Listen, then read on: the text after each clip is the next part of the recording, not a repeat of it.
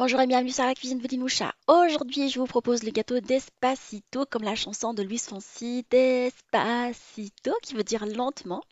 Ce gâteau a fait un énorme buzz sur les réseaux sociaux, tout comme la chanson de l'été. Sachez qu'il n'est vraiment pas brésilien comme son nom.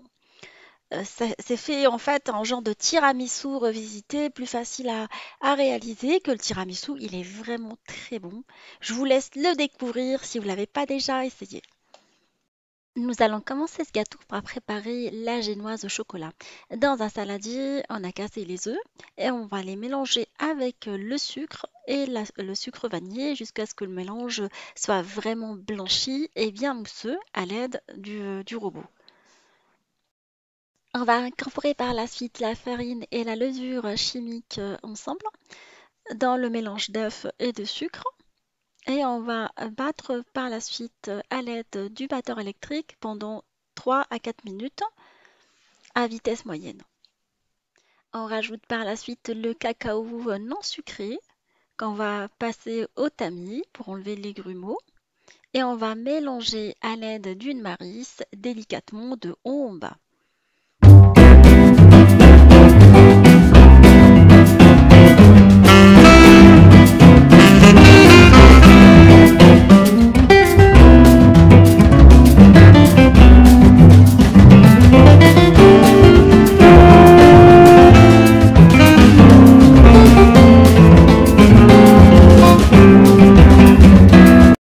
On va beurrer et mettre du cacao dans un moule à charnière à la place de la farine pour éviter d'avoir des marques dans notre gâteau.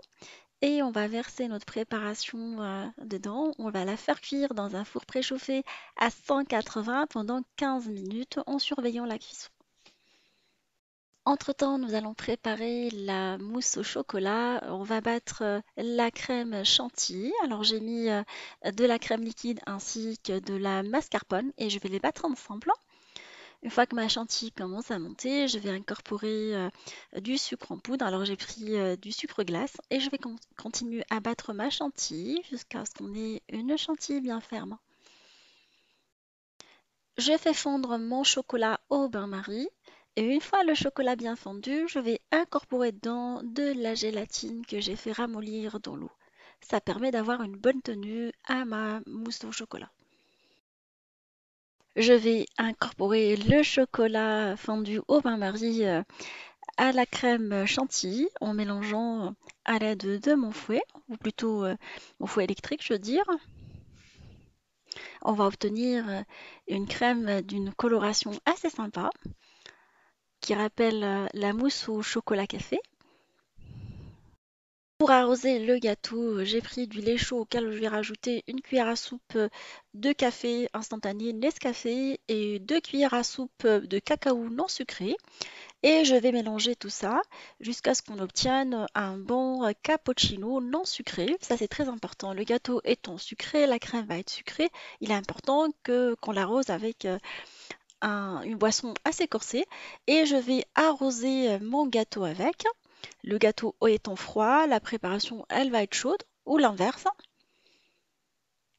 Si vous utilisez un gâteau chaud, la préparation, il faut qu'elle soit froide. Et je le laisse absorber tout ça pendant au moins une demi-heure. Une fois que la génoise a bien absorbé, je vais la badigeonner avec de la confiture de lait légèrement chauffée, caramel, qui va lui donner un petit aspect caramel.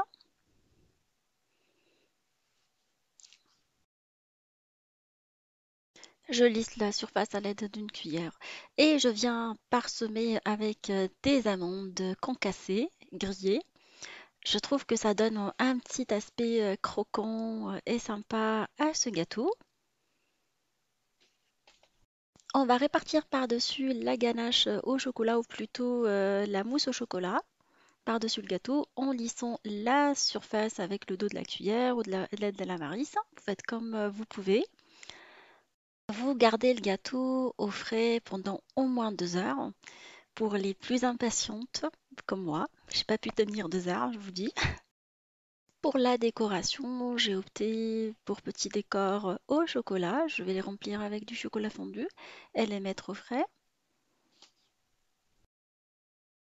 Pour la décoration du gâteau, soit vous prenez un motif de ce type-là et vous répartissez du cacao par-dessus. Ça peut faire un effet assez sympa. C'est un gâteau que j'avais préparé la veille, que j'ai pas pu filmer. J'ai filmé que juste cette partie-là.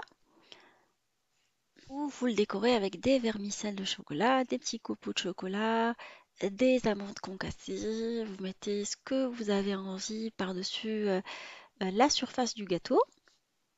Et une fois démoulé, vous venez coller les petites feuilles au chocolat réalisées à l'aide du moule au chocolat sur tous les bords du gâteau. Ça, c'est une suggestion. Et voilà, le gâteau Despacito est maintenant prêt. Verdict, il est vraiment, vraiment très très bon. Croyez-moi, d'une facilité déconcertante par rapport à son cousin, ou plutôt son frère, le tiramisu. Il est vraiment facile et délicieux. Toute la famille en raffole. J'espère que cette recette vous fera plaisir à vos amis et vos amis, que ça sera vraiment un gâteau réconfortant par les temps froids qu'on a en ce moment. Je vous fais de gros bisous et je vous dis on se retrouve sur la cuisine de Linoucha avec des nouvelles recettes, un nouveau voyage culinaire. Bisous bisous et à bientôt.